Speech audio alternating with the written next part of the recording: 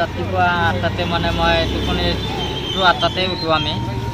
তেতিয়া মই ফোনটো খুলিলোঁ, চুইচ অফ আছিলে ৰাতি।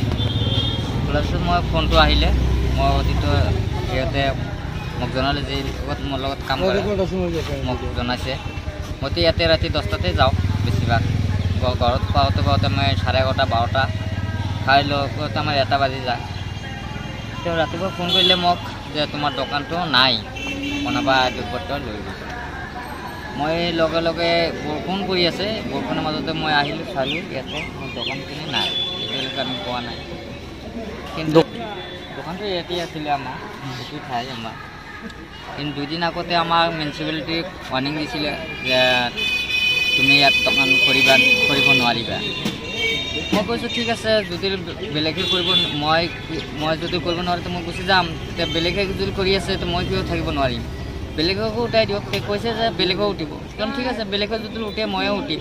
এতিয়া বেলেগে দোকানবিলাক চব আছে, কিন্তু মোৰ দোকান হঠাৎকৈ নোহোৱা হ'ব কাৰণটো গোটেইখিনি দোকান আছে, কিন্তু মোৰ দোকানখিনি নাই। এতিয়া মই কি কৰি খাম? এটা দোকান কৰিছে, ইমান দিন ৰাজনীতিকত আহি একদম মই বৰবাদ হৈ গৈছোঁ। এতিয়া মই জীৱন সংগ্ৰাম কৰি খাবৰ কাৰণে বিচাৰিছোঁ। এই জীৱন সংগ্ৰাম কৰি খাওঁতে মই 4 টকা নে কেইটকা পাওঁ? মোৰ জীৱনটোহে বচাইছোঁ, নহয় 500 বা 600 টকাহে পাওঁ, তাতকৈ তাৰ বেছি নাপাওঁ। মই 3টাতেহে দোকান খোলোঁ, ৰাতিলৈকে 9টালৈকে দোকান, 9টা 9:30লৈকে দোকান খোলোঁ। গতিকে কেইটকা পাওঁ আমি সেইখিনি এসপ্তাহেই হোৱা নাই দোকানখিনি দিয়া। তাতে যদি আমাক এনেকুৱাই কৰে, আমি কি কৰি বাচিম, কেনেকুৱাই চলিম? আমাৰ এসপ্তাহো হোৱা নাছিলে। মানে কি ইয়াতেতো দোকান এইটোতো 100% হ'বই, কাৰণ বাকী দোকানবিলাক আছে। চুগালীৰ দোকান নোহোৱাৰ কাৰণটো কি? নিশ্চয় ইয়াতে সন্দেহ আছে, ইয়াতে বা কাৰোবাৰ মানে থাকিব পাৰে কাৰোবাৰ ইনফৰ্মেশ্যন। এইটোৱে আমাৰ সন্দেহ। নাই দোকান মই দেখা নাই। এতিয়া মই কি কৰি খাম?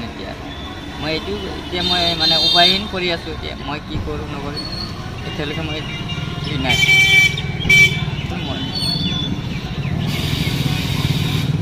মই আৰু কি মই বিচাৰ কৰিলোঁ, মিউনিচিপালিটিতো গ'লোঁ, নাই পোৱা নাই মই এতিয়ালৈকে। মই আৰু বিচাৰি আছোঁ, নাপালে আৰু কি কৰি খাম? মই আৰু চুইচাইডৰ বাহিৰে একো ৰাস্তা নাই। মই ইয়াতে দোকান কৰি খাওঁতে যদি মোৰ মানুহে এনেকুৱা কৰে, মই কি কৰি খাম? মই ৰাজনীতিটো শেষ কৰি দিলোঁ। গতিকে ইয়াত আৰু ক'বলৈ গ'লে ধুবুৰীতো দিব খুজিছিলোঁ, তাতেও দিব পৰা নাই। ইয়াতে যদি বছৰতে খাব নোৱাৰোঁ, ক'ত যাম? কি কৰি খাম? মই এটা দোকান কৰি খাওঁতে যদি মই অপৰাধ বা মোৰ দোকান যদি নোহোৱা হয়, মানুহে 15 দিন বা 20 দিন মানুহে গেডাৰিং হ'ব, সেইটো 100%।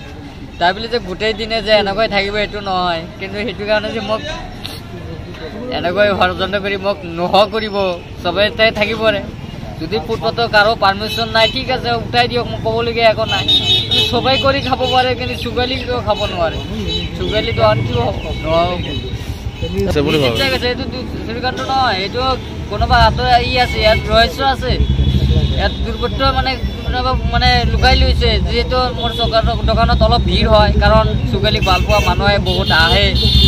চুগালী দোকানে অলপ চাহটো ভাল পায় আৰু চুগালীক মৰম কৰে মানুহে। মোক মৰম কৰাৰ কাৰণে মোক 10 টকাটো ডাঙৰ কথা নহয়। আজি মোক 10 টকা মৰমত চাহ খাই দিয়া বুলি নহয়, এইটো মৰমতে 10 টকা মোক দিয়ে। যে চুগালীয়ে বহুত সংগ্ৰাম কৰিলে, বহুত কষ্টত আছোঁ, দুখীয়া মানুহ।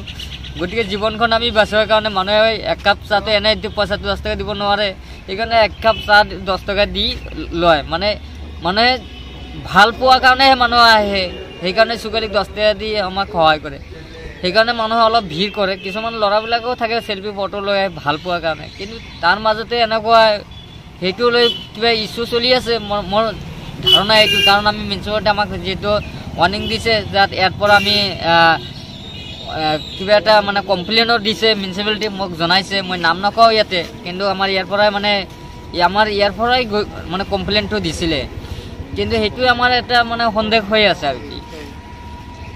আজি আহি দেখিলে দোকানটো নাই, মই এতিয়ালৈকে পোৱা নাই। আৰু পঢ়ানো সহায় লৈ আমি কি কৰিম? পঢ়ানোতো আমাক ব্যৱস্থা চুগালী ব্যৱস্থা কৰিব নোৱাৰিব, মই ভালকৈ জানো। কাৰণ মই ল'লেও আমি যাইলে মাত দিব বাছ এইখিনি, কিন্তু আমি যে সহায় পাম বুলি মই বিশ্বাস নহয়।